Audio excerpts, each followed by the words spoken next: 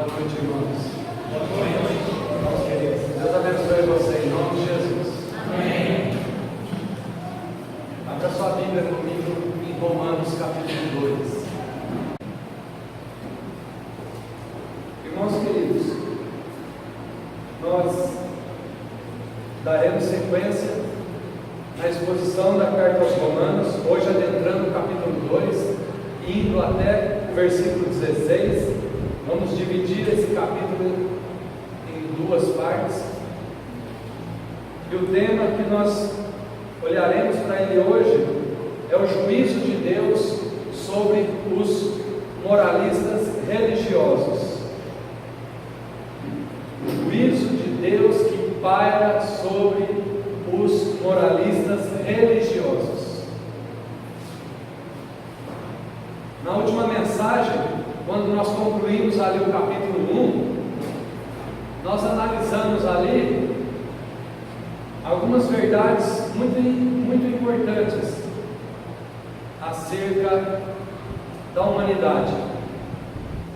Dentre outras coisas, nós vimos ali que, no capítulo 1, que Deus se revelou aos homens por meio da criação. Os homens rejeitaram esse conhecimento que eles receberam de Deus através da criação e se rebelaram contra Ele. Não deram graças a Ele e muito menos o adoraram. E adoraram a criação no lugar do Criador. Em vista dessa atitude que os homens tomaram de adorar a criatura ao invés do Criador, tornando-se idólatras, Deus os rejeitou.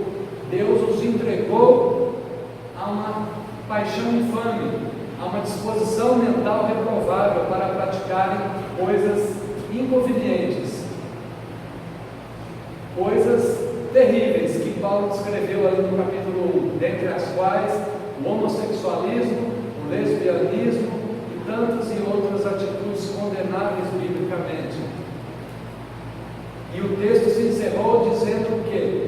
Que tais homens que praticam essas coisas, eles não somente a fazem, como sabem que aqueles que as fazem merecem a morte, e não somente a fazem, como também aprovam aqueles que assim praticam do mesmo modo. É assim que termina o versículo 32, se você quiser conferir. Essa descrição, ela cabe muito bem a um jovem conhecido nas Escrituras, narrado por Jesus ali em Lucas capítulo 18, a parábola do filho pródigo, o filho mais novo daquele homem que tinha 2 filhos. O capítulo 1 de Romanos, ele se encaixa, se amolda perfeitamente ao jovem, ao filho mais novo daquele pai, da parábola do filho pródigo. Aquele jovem que vivia, tinha conhecimento do pai, conhecia o pai, tinha relacionamento com o pai. A certa altura da sua vida, ele resolveu jogar tudo para o ar, ele colocou tudo para fora aquilo que havia no seu coração. Ele falou: pai, eu quero meu dinheiro, eu quero minha fortuna, eu quero a minha herança, algo que ele só obteria com a morte do pai. Então ele desejou a morte do pai para que aquilo acontecesse, mas o pai, por ser misericordioso e bondoso, lhe deu aquilo que ele não merecia naquele momento, a sua herança, a parte que lhe cabia no momento apropriado. E o filho e aquele jovem tomam o seu rumo, vai para um país distante, vai gastar o seu dinheiro, vai se prostituir, vai beber, vai tomar todas as taças de prazeres que ele tinha direito, vai pular o carnaval, vai curtir o carnaval, ele vai fazer tudo aquilo que está no seu coração. E o pai simplesmente concede aquilo que ele lhe pede, a sua parte na herança. Concede, literalmente entregando ele aos seus próprios pecados, às suas próprias paixões pecaminosas, aos seus próprios desejos pecaminosos do coração. É assim que Deus dá a parte da sua herança. É isso que você quer, meu filho? É É isso que você vai ter, seja feita a sua vontade.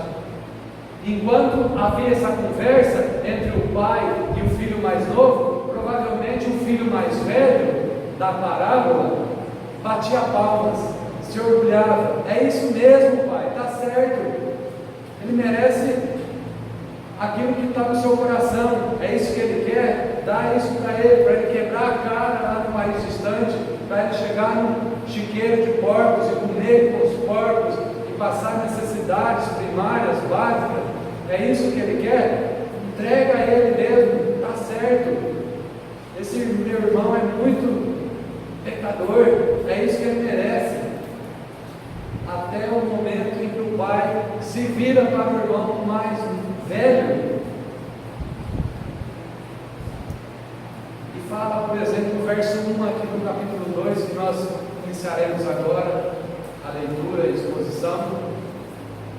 Você também, filho mais velho, és indesculpável, porque quando julgas a quem quer que sejas, inclusive o seu irmão mais novo, a ti mesmo te condenas, porque pratica as mesmas coisas que condena nele, você pratica e aprova isso na sua vida em secreto.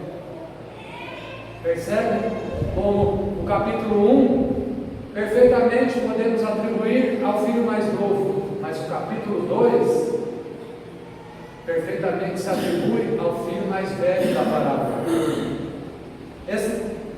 Esse capítulo em especial vai tratar de nós, vai tratar dos religiosos, vai tratar sim dos judeus, mas vai tratar também dos gentios.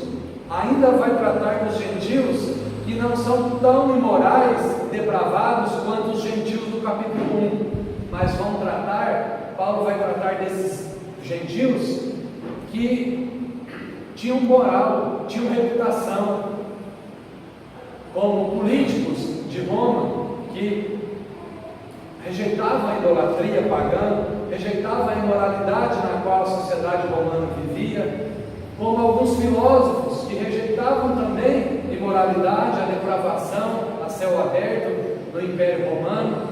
Haviam pessoas gentílicas, pagãs, que nem por isso eram depravados no seu modo de vida. Eram pessoas que prezavam pela boa moral, como alguns filósofos, como alguns políticos. Não eram tantos, mas havia eles.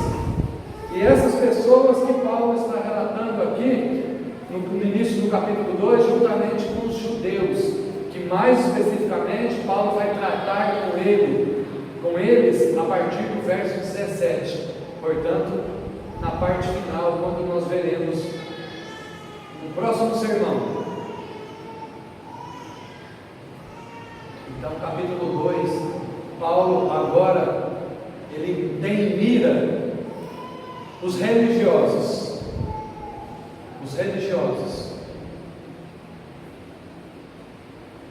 Portanto, analisando o verso 1, Paulo diz que és indesculpável ao homem quando julgas a quem quer que sejas, porque no que julgas a outro, a ti mesmo te condenas, pois praticas as próprias coisas que condenas. Aqui eu estou usando a versão revista atualizada, está bem, irmãos? Diferentemente da NVI, que muitos irmãos têm. Eu optei por usar a revista atualizada. Verso 1, nós encontramos o perigo do julgamento hipócrita, o perigo que os religiosos correm. Nós vimos no capítulo 1 que o gentio pagão, ele não só praticava, mas como aprovava os mesmos erros que os outros cometiam. Aqui no capítulo 2, nós veremos os moralistas, os críticos religiosos, julgando e condenando nos outros aquilo que eles aprovam em si mesmos. Praticam secretamente, mas condenam no outro em público. Que absurdo, é pecado, é uma abominação. Mas esse mesmo que diz essas coisas em secreto, pratica.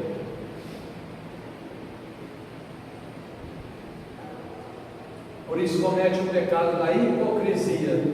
Lembra que falamos disso no início da carta aos Romanos? Os atores de teatro na Grécia Antiga usavam máscaras para fazer os seus papéis, demonstrando naquela máscara uma coisa, quando na realidade não era aquilo que o ator estava sentindo no momento, tristeza ou alegria. Por isso comete o pecado da hipocrisia. Paulo vai dizer o quê? Que tanto o gentil pagão do capítulo 1, bem como esse moralista crítico religioso do capítulo 2, é indesculpável também, totalmente indesculpável, tanto quanto o gentil devassa no capítulo 1. És indesculpável. A mesma palavra usada lá no capítulo 1, versículo 20, quando Paulo diz que, tendo conhecido a Deus, não o glorificaram como Deus, nem lhe renderam graças, por isso tais homens são indesculpáveis. Aqui o apóstolo vai dizer a mesma coisa, vai usar a mesma expressão, a mesma palavra. Esse também que condena o outro e pratica na sua vida particular, também é indesculpável da mesma forma como o outro. Aquela atitude daquele fariseu que subiu ao templo para orar, acompanhado de um publicano. Lembra daquele fariseu? Dizendo: eu não roubo, eu não mato, eu não sou adúltero, eu dou o dízimo certinho, mensalmente, eu não fumo, eu não bebo, se fosse hoje. Paulo iria dizer para ele: meu querido fariseu, mas você é indesculpável também, porque justamente aquilo que você condena no publicano, condena nos demais homens, você pratica as próprias coisas que condena neles, em particular. Você quebra a lei, tal como eles quebram, você também quebra em algum ponto.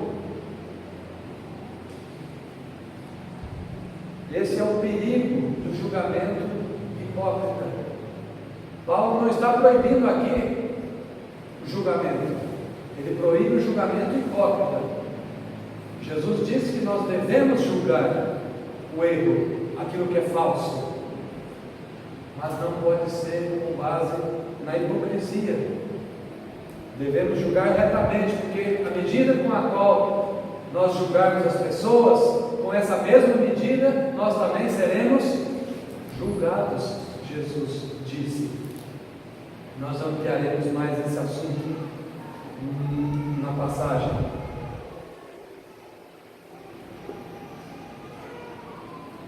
Nós falaremos mais disso à frente. Verso 2 e verso 3, o escritor diz assim, Paulo: bem sabemos que o juízo de Deus é segundo a verdade contra os que praticam tais coisas. Tu, ó homem, que condenas os que praticam tais coisas e fazes as mesmas, pensa que te livrarás do juízo de Deus?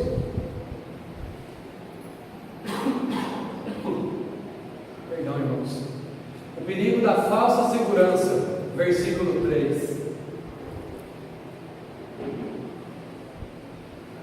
Os religiosos moralistas pensavam o quê? Que eles tinham uma licença especial para pecar, que eles eram imunes, que eles possuíam uma imunidade, tal qual o parlamentar, eles possuíam imunidade no juízo de Deus. Receberiam um tratamento especial e diferenciado quando chegassem diante de Deus. Isso é o que o fariseu da parábola cria e acreditava. Ele detinha privilégios diante de Deus, que ele detinha uma imunidade, uma licença, uma carteirinha de fariseu, uma carteirinha de judeu, que o liberava para pecar, enquanto condenava o outro. Estavam, portanto, imunes ao juízo de Deus. Tu, ó homem, É como se Paulo aqui estivesse travando um debate imaginário. Lembra do debate que houve aqui na escola bíblica? Paulo estava sozinho, não tinha com quem debater. Então ele cria um cenário imaginário. É um recurso da retórica, da arte da argumentação, chamada diatribe. Ele imagina um debatedor, opositor, um personagem imaginário, com quem ele vai argumentar as suas ideias. Por isso ele coloca aqui: tu, ó homem, quando condenas o que pratica tais coisas, mas fazes as mesmas, pensas que te livrarás do juízo de Deus? Você tem algum motivo para pensar que você vai escapar de fato do juízo de Deus praticando as mesmas coisas que condenam no seu irmão? Eis aí o perigo da falsa segurança que os críticos religiosos cometiam e continuam cometendo. O verso 2, Paulo afirma que o juízo de Deus contra os que praticam tais coisas é conforme a verdade. O juízo de Deus não é arbitrário, não é parcial, não é injusto.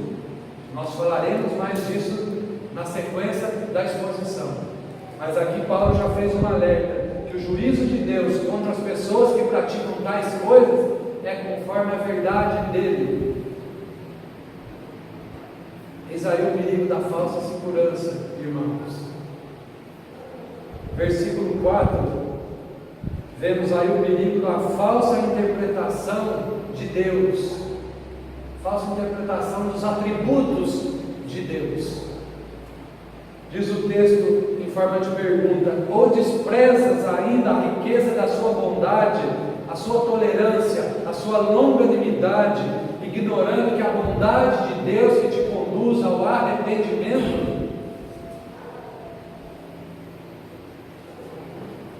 Veja que,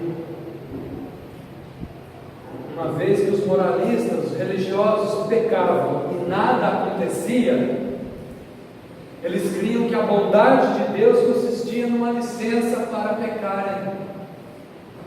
Eles pecavam e nada acontecia, pecavam de novo e nada acontecia. Eu vou arriscar mais uma vez: pecavam de novo e nada acontecia. Só pode ser Deus aprovando aquilo que eu estou fazendo. De fato, eu tenho uma licença, eu tenho um green card espiritual para passar por cima, inclusive, de Deus. Paulo vai afirmar que é justamente o contrário. Uma vez que Deus é rico em bondade, tolerância e longanimidade, eles ignoravam que a bondade de Deus justamente que conduz ao homem ao arrependimento. Paulo faz 3 afirmações: que Deus é rico em bondade, Ele é rico em bondade, é benigno, a fonte de todo bem e toda bondade é Deus. Deus é rico em bondade, não só em bondade, mas como em longanimidade, paciência, que o Jean abordou sobre ela semana passada. Aquele longo ânimo, aquele fôlego comprido, que a gente entra debaixo da água, prende o nariz e fica ali durante alguns minutos, enquanto o fôlego aguenta. Um longo ânimo, um longo fôlego. A Bíblia diz que Deus é rico em longanimidade, e porque Ele é rico, tolerância é não retribuir a nós aquilo que merecemos no ato, é não retribuir ao pecado praticado contra Ele no mesmo momento. É porque Deus é rico em tolerância, por causa da riqueza da sua longanimidade e paciência, é que Deus é tolerante. Ele não paga na mesma moeda no mesmo momento que nós ofendemos a Ele, pecamos contra Ele. Percebe a utilidade desses 3 atributos morais aqui descritos por Deus? Bom, longânimo e tolerante. Sobretudo a tolerância, que tem a ver com juízo. Não retribuir na mesma moeda, no mesmo momento, da mesma forma, na mesma intensidade que nós infringimos a sua lei quando pecamos. Paulo diz que Deus é rico em tolerância, porque porque a tolerância dele aqui nesse tempo presente é entremeada com graça e misericórdia. Eles estavam desprezando que essas coisas, uma falsa interpretação da pessoa de Deus, dos seus atributos, a riqueza dessas coisas, justamente é para levar o homem, eles e a nós ao arrependimento. É a bondade de Deus que nos leva ao arrependimento. Não é o cumprimento da lei que nos leva ao arrependimento, é a bondade de Deus. Até o arrependimento é uma graça de Deus, é um dom de Deus imerecido, aquele que se arrepende. Por isso, a aparente demora de Deus em fazer justiça não significa que Ele é complacente com o pecado, mas que na sua tolerância paciente Ele aguarda o arrependimento do pecador impenitente. Consegue enxergar isso? Na sua paciência tolerante, Deus nada mais quer e deseja que todos sejam salvos e cheguem ao arrependimento, como está lá em Pedro ou em Timóteo, um das duas. Percebe? Deus aguarda que todos cheguem ao arrependimento. Por isso Ele é tardio em irar-se, porque Ele é rico em tolerância. Ele é rico em tolerância porque Ele é rico em longanimidade e em bondade. Os judeus, quantas vezes ao longo da história de Israel, os judeus interpretaram mal esses atributos de Deus, e nós também interpretamos mal muitas vezes. Eles pecavam, não acontecia nada. Eu sou judeu, eu sou nação eleita, eu sou povo exclusivo, eu sou nação santa que Deus separou por meio de Abraão.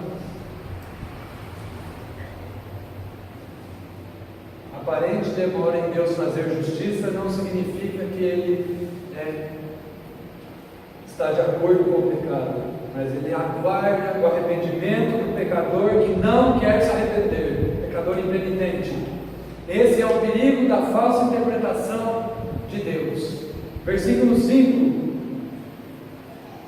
o juízo de Deus aos moralistas é justo, mas segundo a tua dureza e coração impenitente, acumulas contra ti mesmo ira para o dia da ira de Deus e da revelação do justo juízo de Deus. O juízo de Deus aos críticos, aos moralistas, é justo, diz o apóstolo Paulo. É um ensino no verso 5. Sabe por quê, irmão? Porque a bondade de Deus deveria levá-los a quê? Ao arrependimento. No entanto, devido à teimosia, devido segundo a tua dureza e coração impenitente é um coração que não quer se arrepender, coração obstinado, endurecido, duro. Por causa dessas coisas, Paulo diz que esses homens críticos moralistas estão acumulando sobre si mesmos ira para o dia da ira e do justo julgamento de Deus. No último sermão nós falamos sobre a ira de Deus, que a ira de Deus é revelada nos céus contra toda a impiedade e contra toda perversão humana. Diz ali, versículo 18 do capítulo 1, que a ira de Deus é revelada continuamente. Foi revelada ontem, está sendo revelada hoje e será revelada amanhã. Amanhã, num futuro mais remoto, mais distante, no futuro escatológico, será revelada plenamente no dia da ira do Senhor, que está descrito aqui pelo apóstolo Paulo.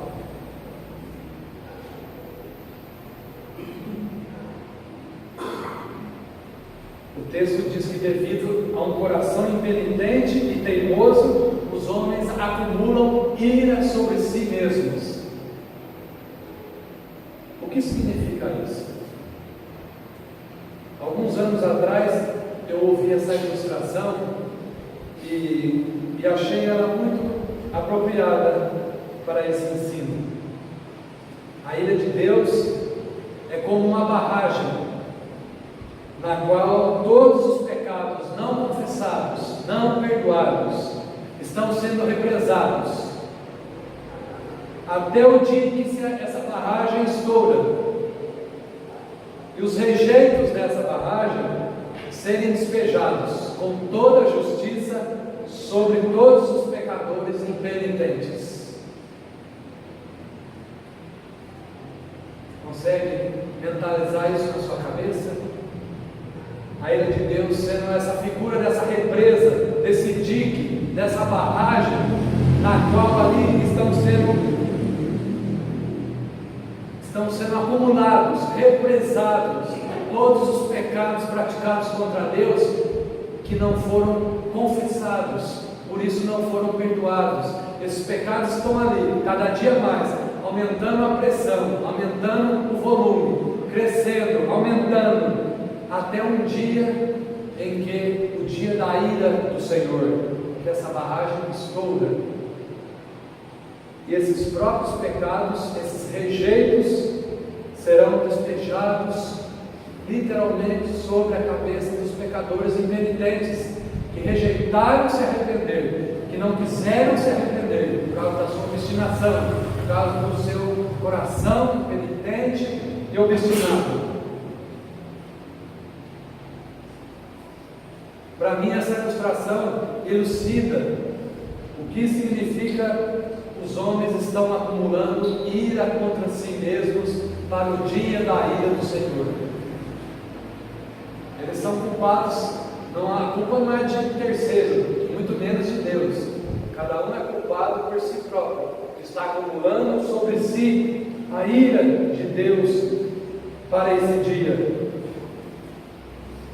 Portanto, o juízo de Deus aos críticos, aos moralistas, aos religiosos, que condenam os outros aquilo que praticam em oculto, por isso esse juízo de Deus é justo, não é injusto, pelo contrário, é justo, porque é devido a um coração impenitente, um coração endurecido, cauterizado,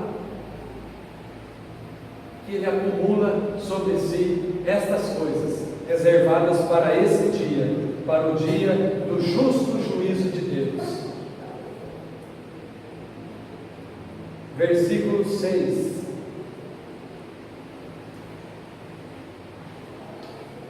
Falando ainda desse justo juízo de Deus que está descrito no verso 5, Paulo diz que nesse justo juízo de Deus, Deus que retribuirá a cada um segundo o seu procedimento. Aqui nós vemos o juízo de Deus sendo individual, intransferível e absolutamente justo. Porque Deus, nesse justo juízo dele, ele retribuirá a cada um individual, intransferível, segundo o seu procedimento, literalmente segundo as suas obras. Literalmente segundo as suas obras, Deus retribuirá a cada um. Por isso Ezequiel disse: a alma que pecar, esta que morrerá. O filho não levará o pecado do pai, nem o pai levará o pecado do filho, mas a alma que pecar, essa morrerá. O juízo de Deus, portanto, é individual, intransferível e absolutamente justo, porque ele retribuirá a cada um segundo as suas obras, o seu proceder na vida diária. Isso significa o seu procedimento. Paulo afirma que cada um, Deus retribuirá a cada um conforme as suas obras. Esse versículo pode dar margem para alguém pensar que Paulo está ensinando por isso salvação pelas obras, e não é isso em absoluto. Ele está dizendo que o julgamento é pelas obras. Paulo está tratando aqui de julgamento, não de salvação. Salvação ele vai falar a partir do verso 3. A a partir do capítulo 3, só lá na frente. Aqui ele está demonstrando, provando e procurando demonstrar que toda a humanidade, dentre os gentios, depravados ou não, bem como os judeus, que nós chegaremos neles também, estão condenados pelos seus próprios pecados. Paulo está falando de retribuição. Retribuição é julgamento. A retribuição é o modo mais justo de alguém praticar justiça. É dar exatamente na mesma medida aquilo que ela merece. E Paulo diz que Deus retribuirá cada um segundo ao seu procedimento, aquilo que ele fez através das suas obras. A retribuição, portanto, irmãos, é com base no procedimento. Como assim? Naquilo que eu falo, é com base naquilo que eu falo, naquilo que eu faço, é com base, a retribuição é com base naquilo que eu penso, é com base naquilo que eu vejo, é com base naquilo que eu assisto, é com base naquilo que eu curto, que eu publico, é com base naquilo que eu compartilho, que eu passo para frente, é com base naquilo que eu posto, é com base naquilo que eu vejo, é com base na forma que eu gasto o meu dinheiro, com base naquilo, no tempo que eu gasto o meu tempo, é como eu trato as pessoas, é com base naquilo que, com base na minha justiça.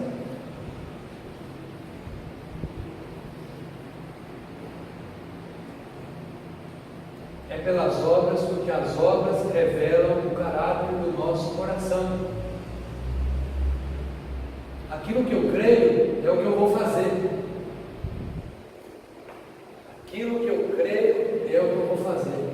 Os gentios pagãos lá do capítulo 1, por crerem de modo errado, fizeram coisas erradas. Chegaram ao fundo do poço. Portanto, o julgamento bíblico, irmãos, é pelas obras, não a salvação. Se a salvação fosse pelas obras, ninguém se salvaria, ninguém seria salvo. Somente a Trindade habitaria nos céus, no reino de Deus, mais ninguém. Mas como não é pelas obras, e é pela graça de Deus mediante a fé, isso nós veremos quando chegarmos lá no capítulo 3. As obras revelam o estado do meu coração, diferentemente das palavras que podem ser facilmente manipuladas. Percebe? As palavras podem ser manipuladoras. O fariseu subiu no templo para orar junto com o publicano. Suas palavras, ele estava manipulando as suas palavras para desprezar o pobre publicano que desceu para casa salvo, justificado, enquanto aquele fariseu, moralista, religioso, crítico de publicanos, desceu para sua casa condenado. A retribuição é com base no nosso procedimento. O julgamento é com base nas obras, no procedimento. Isso tem que ficar claro para nós, sendo que as nossas obras são a consequência da nossa fé, são a consequência daquilo que cremos. Paulo vai ampliar mais esse assunto ainda, logo no verso 7. Verso 7. O juízo de Deus haverá dois resultados apenas: vida eterna e ira eterna. Versos de 7 a 10. Paulo vai dizer que Deus vai retribuir a cada um segundo o seu procedimento, verso 6, e o verso 7 em diante ele vai dizer duas coisas: vida eterna aos que, perseverando em fazer o bem, persistindo em fazer o bem, buscam honra, glória e incorruptibilidade. Mas ira e indignação a quem? Aos facciosos, aqueles que causam divisão, que se dividem. aos facciosos e aos que desobedecem à verdade e obedecem o quê? A injustiça, a mentira. Desobedecem à verdade e obedecem à mentira. Trocaram a verdade de Deus pela mentira dos homens. Lembram? Sufocaram o conhecimento de Deus. Lembra lá do verso 19? Sufocaram o conhecimento que receberam de Deus na criação. Sufocaram, rejeitaram, tiraram para fora das suas vidas para crerem numa mentira. Voltando para o texto: desobedece à verdade e obedece à injustiça, tribulação e angústia para toda a alma do homem que faz o mal, primeiro do judeu, depois do gentil, e glória, porém, honra e paz para todo aquele que faz o bem, ao judeu primeiro e também ao grego. Dois resultados apenas: vida eterna e ira e indignação eternas. Outro versículo que pode me levar a pensar que salvação é pelas obras. Persistindo em fazer o bem, Deus considerará a vida eterna. Nós já estudamos aqui em escola bíblica e falamos muito nesse último ano que se passou sobre perseverança dos santos, perseverança da salvação. É uma característica, é uma qualidade, é uma consequência, um resultado da salvação pela graça de Deus mediante a fé em Jesus Cristo. Deus considerará a vida eterna aqueles que persistem em fazer o bem, porque somente alguém que foi salvo por Deus mediante a fé em Jesus Cristo pode persistir em fazer o bem a alguma coisa ou alguém e buscar honra, glória e incorruptibilidade. Um descrente, um ímpio, um incrédulo, sobre ele virá tribulação e angústia, ira e indignação, porque justamente ele desobedece à verdade e obedece à injustiça, e porque ele faz o mal, ele procura fazer o mal, invariavelmente.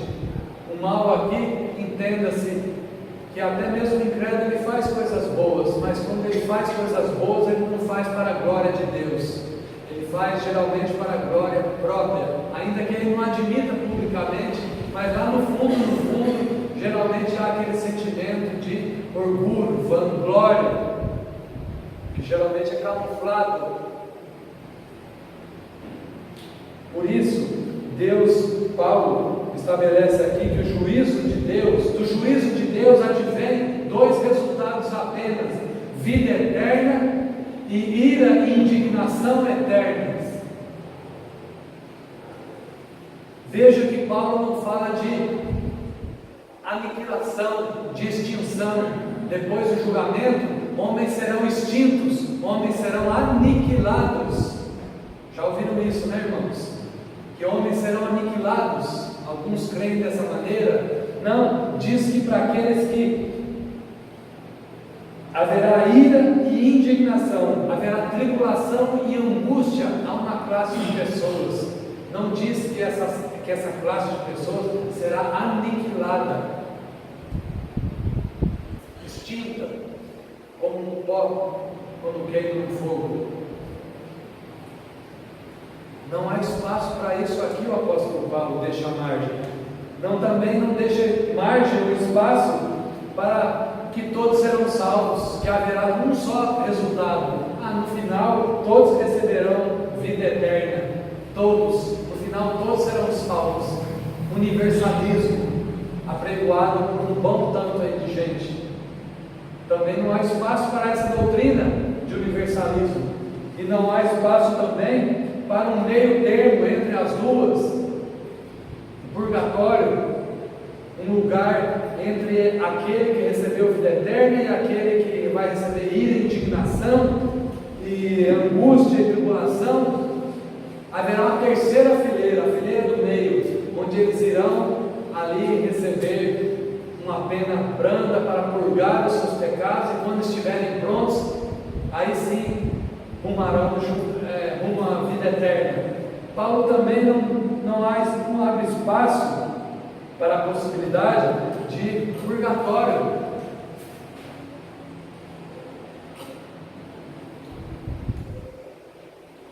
resultados apenas.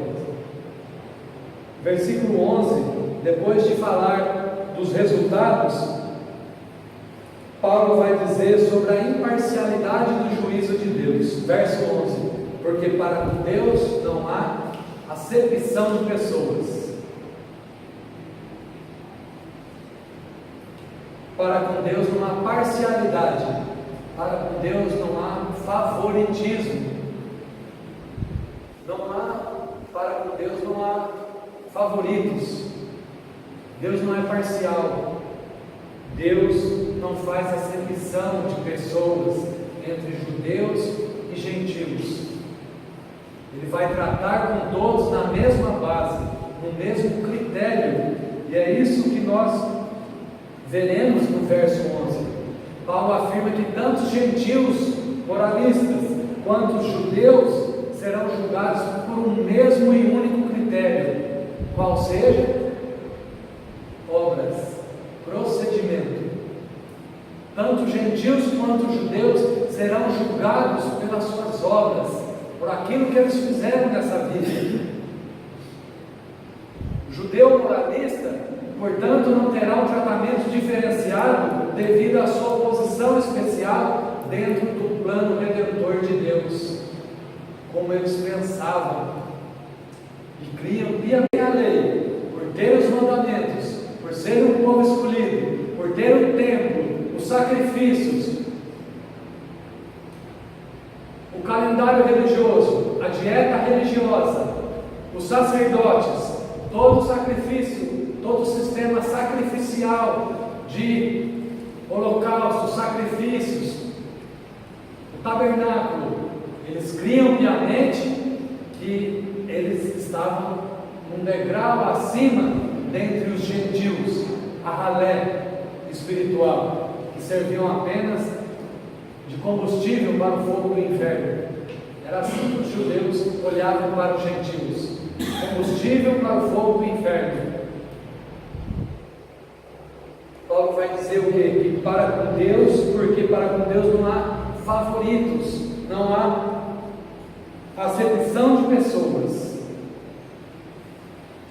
Versículo 12 diz Paulo: assim, pois todos que pecaram sem lei também perecerão, e todos os que pecaram sob a lei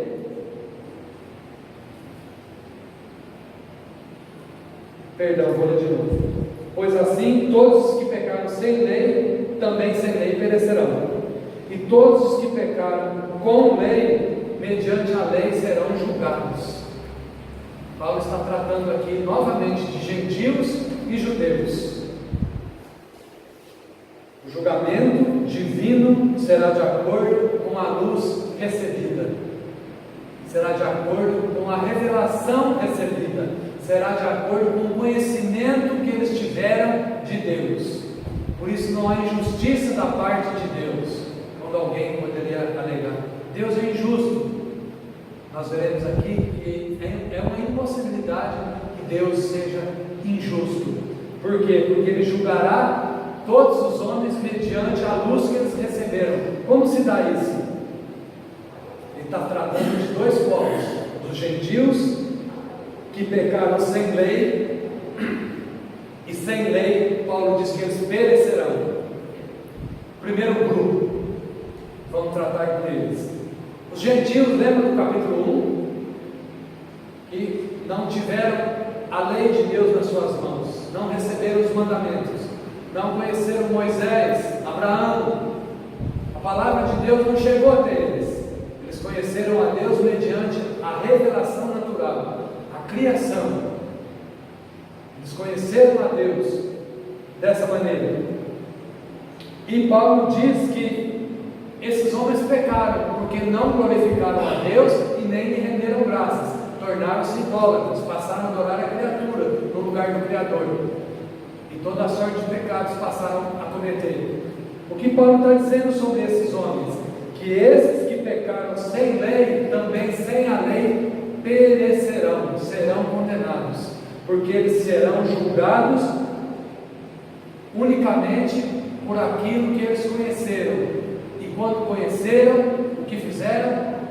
rejeitaram. Simplesmente rejeitaram. Os gentios que não tiveram a lei escrita de Deus não serão poupados do julgamento. Não pense que a esses que não conheceram o Evangelho, Deus, Jesus Cristo, não pense que esses não serão julgados. Eles serão julgados com base em quê? Com base no conhecimento que eles receberam do próprio Deus, da luz divina que raiou na mente deles, por meio da revelação, por meio da criação, por meio da natureza, por meio da revelação natural. Esses gentios pagãos serão julgados e condenados. Eles perecerão em virtude dos seus próprios pecados e não por desconhecerem a lei do Senhor. Esses são os gentios. Você tem que entender esse verso 12. Todos os que pecaram sem lei, também sem a lei perecerão. Eles não serão julgados por uma lei que eles não conheceram. Eles não serão julgados por um padrão que eles desconhecem, mas por um padrão que eles conheceram, a revelação natural de Deus. Por isso eles são indesculpáveis.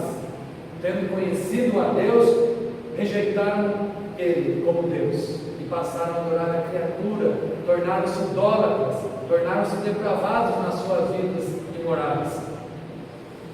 Esse é o primeiro grupo. Segundo grupo e último, do verso 12, Paulo vai falar que aqueles que com lei pecaram, mediante a lei serão julgados. Aqueles que receberam a lei de Deus, os judeus, a começar dos judeus, incluindo nós até hoje, aqueles que receberam a lei e pecaram tendo a lei escrita, tendo os 10 mandamentos, conhecendo os 10 mandamentos, pecaram de igual modo que os gentios que não conheciam a lei. E Paulo vai dizer o que? Que mediante a lei eles serão julgados. Os judeus que têm a lei também não serão poupados, muito menos, pois mediante a lei serão julgados. Serão julgados com base em quê? Serão julgados de acordo com a luz que eles receberam, a palavra de Deus, a palavra escrita, os mandamentos.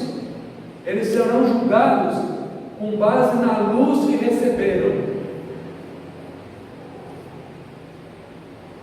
E eles serão julgados e condenados porque não viveram de acordo com a luz que eles receberam da parte de Deus. Deus deu a lei para eles, como se Deus estivesse dizendo assim: faça isso e você viverá. E eles não fizeram. Então o castigo que eles merecem é justamente esse. Eles vão ser julgados por uma lei que eles não conseguiram cumprir, que eles não obedeceram. E diziam que obedeciam. Esse que é o pior. O fariseu subiu no templo para orar, ele dizia que obedecia àquela lei que Deus deu a ele. E por essa mesma lei ele vai ser julgado, porque ele estabeleceu um padrão de justiça para ele, que nem ele mesmo tem condições de cumprir. Por isso ele se torna culpado da hipocrisia. Cada um será julgado por não viver de acordo com a luz que recebeu da parte de Deus. Compreendeu isso? Aquele que nunca conheceu a lei será julgado,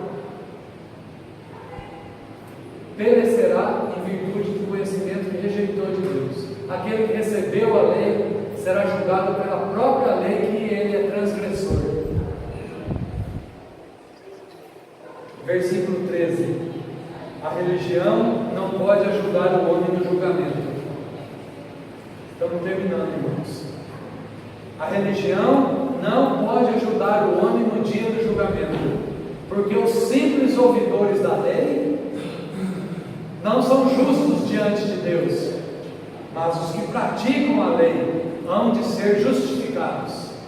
Dois grupos de pessoas, novamente, Paulo trabalha nesse contraste aqui, nesse paralelo que ele faz. Estaria Paulo aqui ensinando a justificação pelas obras da lei? ao dizer que os que praticam a lei hão de ser justificados? Novamente, não em absoluto. Paulo afirma que o simples ato de ouvir a lei é insuficiente para declarar alguém justo diante de Deus. Novamente, eu me recordo dos judeus, tendo todos os privilégios que o povo judeu recebeu, olhava para si e falava: eu estou salvo, eu já estou lá dentro. Todos os privilégios que eu recebi, a linhagem de Abraão, circuncidado,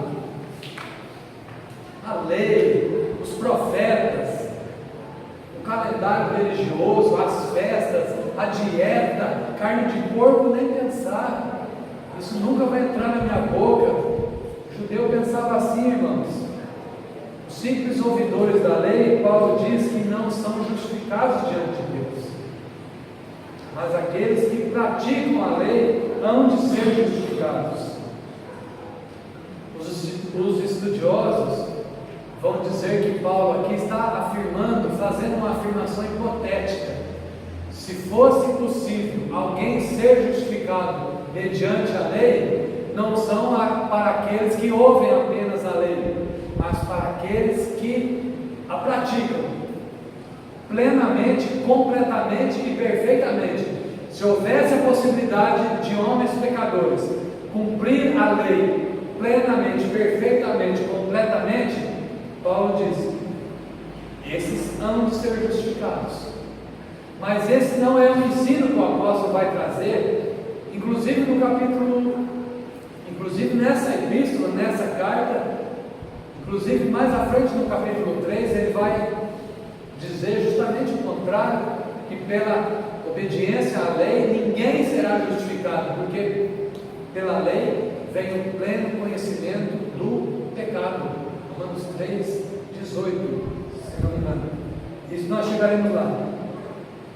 Portanto, a religião na qual os religiosos, os moralistas, os críticos, tanto se agarram nela, os judeus moralistas também, no primeiro século, a religião não pode ajudar os homens no dia do julgamento. Os simples ouvidores da lei, os simples ouvidores de sermões, poderíamos contextualizar, eles não são justos diante de Deus. Mas aquele que pratica aquilo que creu mediante a fé, esse haverá de ser justificado no dia final. Ele já é justo, mas ele ainda receberá a plena salvação na sua glorificação. Então, não existe nenhuma possibilidade de salvação por esse caminho. Qual caminho? O caminho da religião, da religiosidade. Não existe possibilidade de salvação por esse caminho.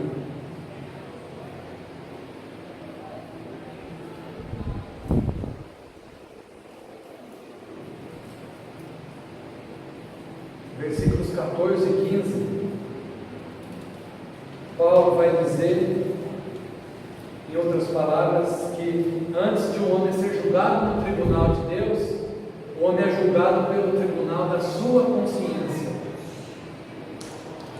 Paulo diz que quando os gentios, capítulo 1, que não receberam a lei, que não têm a lei, mas eles não tendo recebido a lei, eles procedem, eles agem por natureza de conformidade com a lei judaica, a lei de Deus, não tendo lei, mas eles procedem por natureza de conformidade com a lei, eles servem de lei para si mesmos. Eles mostram, quando agem dessa maneira, que a norma da lei de Deus está gravada onde? Nos seus corações, testemunhando-lhes também a consciência dos seus pensamentos, que mutuamente ora acusam-os e ora os defende. O que Paulo está dizendo aqui?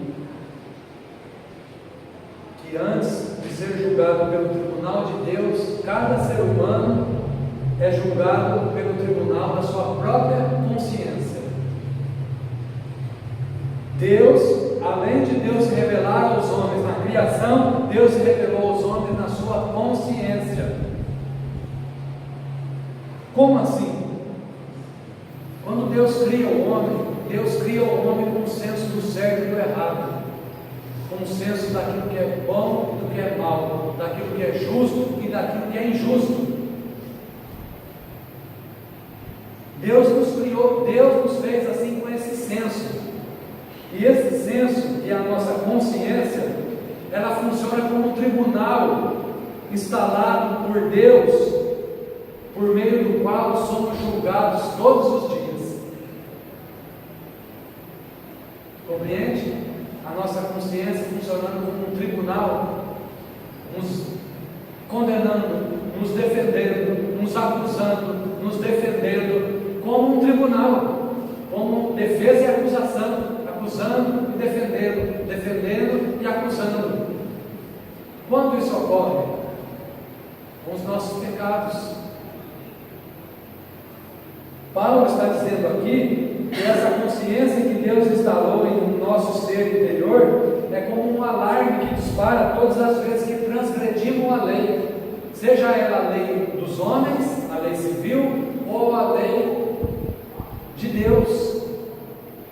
Percebe como você vê, quando você ultrapassa o limite de velocidade, uma campainha não acende, não toca lá no seu interior, lá na sua mente.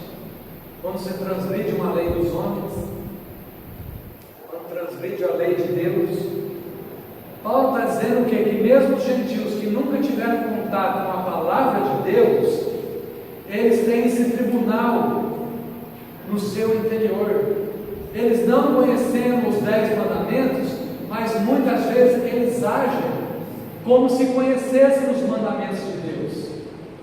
Os índios na selva indígena, os povos, civilizações remotas que nunca tiveram contato com o evangelho, com o missionário, com o evangelista, ele não trai a sua mulher, ele não toma nada daquilo que é seu, do próximo, ele não adultera com a mulher do próximo, ele nunca leu os 10 mandamentos, mas aquilo, o senso do certo e do errado, do que é justo e injusto, está lá nele, latente na sua mente, e isso faz ele, ora, se defender, e ora, a consciência o acusa.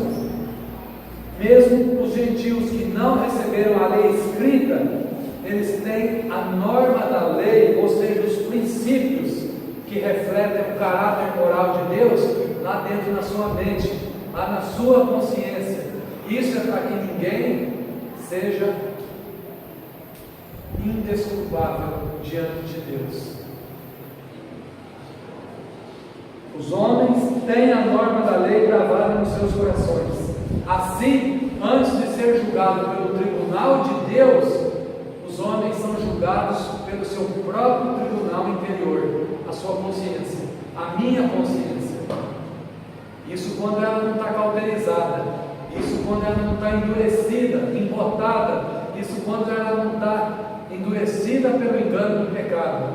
Aí ela não funciona muito bem, aí ela não quer se arrepender, aí ela não quer concordar que Deus está certo, que eu estou errado. A nossa consciência tem esse modo, ela fica desse modo. Geralmente ela está nessa situação de endurecimento espiritual, de cauterização espiritual, de embotamento da nossa mente. Por isso, para concluir, verso 16, Paulo diz que no dia em que Deus, por meio de Jesus Cristo, julgar os segredos dos homens de conformidade com o meu Evangelho, o tribunal de Deus tem competência exclusiva para julgar o foro íntimo. Os tribunais da terra, os tribunais dos homens, têm competência apenas para julgar fatos, ações ou omissões. O juiz tem competência para julgar comportamento, atitudes, palavras, obras, ação e omissão. Isso é o que os tribunais humanos têm competência para julgar. mas o tribunal de Deus tem a competência exclusiva para julgar os segredos dos homens. Isso aqui é um foro íntimo, é aquilo que eu penso, são as motivações, são as intenções, são os meus desejos, os meus pensamentos. O apóstolo Paulo diz que por meio de Cristo Jesus, Deus vai julgar os pensamentos, os segredos dos homens, ou seja, Ele trará tudo à tona, tudo ficará às claras. Por meio de Jesus Cristo, Deus julgará não só obras, palavras, ações, mas também as intenções e as motivações, e os pensamentos e os desejos. Por isso o tribunal de Deus tem competência exclusiva para julgar foro íntimo, coisa que os tribunais humanos não têm competência para fazê-lo.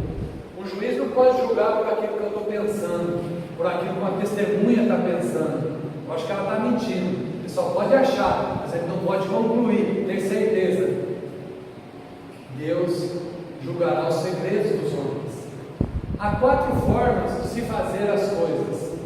É possível fazer a coisa errada com a motivação errada. É possível fazer a coisa errada com a motivação certa. Robin Hood, lembra? É possível fazer a coisa certa com a motivação certa. E é possível fazer a coisa certa com a motivação errada. E Paulo diz que Deus vai julgar esses tipos de coisas. Coisas erradas com motivações erradas, coisas certas com motivações erradas, coisas certas com motivações certas, todas as formas. Deus julgará os segredos dos homens. Deus julgará os nossos segredos mediante Jesus Cristo, conforme está prometido no seu Evangelho. Irmãos, para a gente encerrar, algumas aplicações aqui que não podemos deixar de observá-las. A característica do crítico moralista é que ele pega pesado com os outros, mas pega leve consigo mesmo.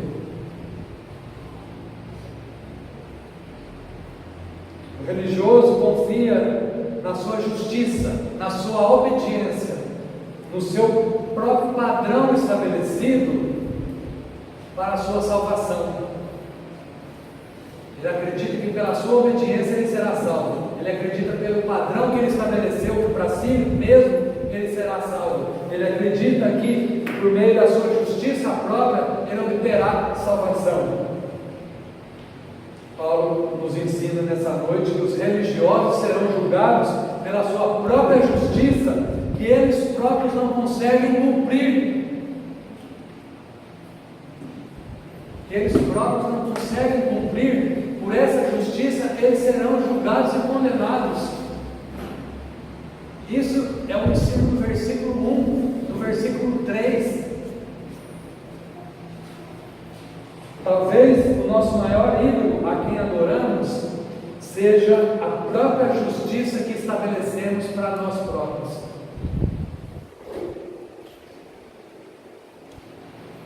A própria justiça que nós estabelecemos. Eu não estou lá no carnaval hoje, mas como eu queria estar lá. Eu não estou lá, mas o meu coração está lá. Eu estou aqui de corpo presente, mas o meu coração está lá. Eu não faço aquelas coisas que eles estão fazendo hoje, mas como eu gostaria de fazê-las.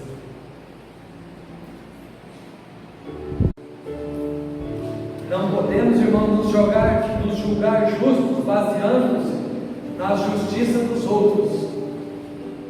Se queremos nos julgar justos, devemos basear na justiça de Jesus Cristo, a justiça perfeita.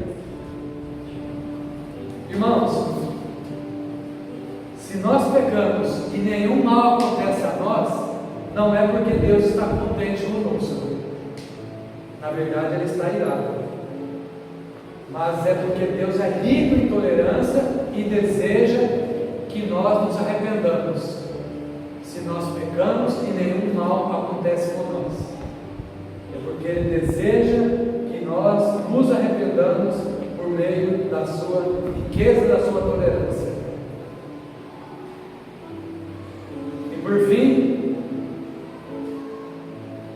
como falamos da consciência como sendo o nosso tribunal interior, que acusa e condena-nos, talvez a nossa consciência esteja nos acusando nesse momento, pelo que temos feito, pelo que temos falado, pelo que temos ouvido, novamente repito, pelo que temos curtido, publicado, compartilhado, assistido, pelo que temos pensado, pelo que temos ouvido, aonde temos ido. Talvez a nossa consciência esteja nos acusando nesse momento. Irmãos, o que Paulo vai dizer para nós é que nós não podemos continuar acumulando ira sobre nós mesmos para o dia da ira do Senhor e do seu justo julgamento. Nós não podemos esperar para ser condenado também diante do tribunal de Deus, se estamos sendo condenados agora pelo tribunal da nossa consciência. Por isso é que Paulo prega o que prega, ensina o que ensina, expõe o que expõe, porque os religiosos também precisam do Evangelho de Jesus Cristo, da justiça de Cristo disponível no Evangelho. Cristo obedeceu a lei em nosso lugar para que a sua obediência pudesse ser contada em nosso favor. Esta é a justiça de Cristo. Essa é a justiça perfeita de Cristo revelada no seu Evangelho. Ele obedece à lei de Deus plenamente, perfeitamente, completamente, a fim de que essa obediência pudesse ser contada em nosso favor. Cristo morre em nosso lugar para que a sua vida pudesse ser contada também em nosso favor. Disso nós falaremos, se Deus permitir, lá no capítulo 3. Mas, como hoje Paulo está apresentando a decadência da sociedade, a depravação dos homens, gastando todas as suas forças, gastando toda a sua energia para provar, não só provar, mas demonstrar que tanto gentios como judeus estão perdidos e carecem da glória de Deus, porque ambos não viveram de acordo com a revelação que receberam da parte de Deus. Por isso, esses homens são indesculpáveis. Por isso, nós carecemos e precisamos do Evangelho de Jesus Cristo.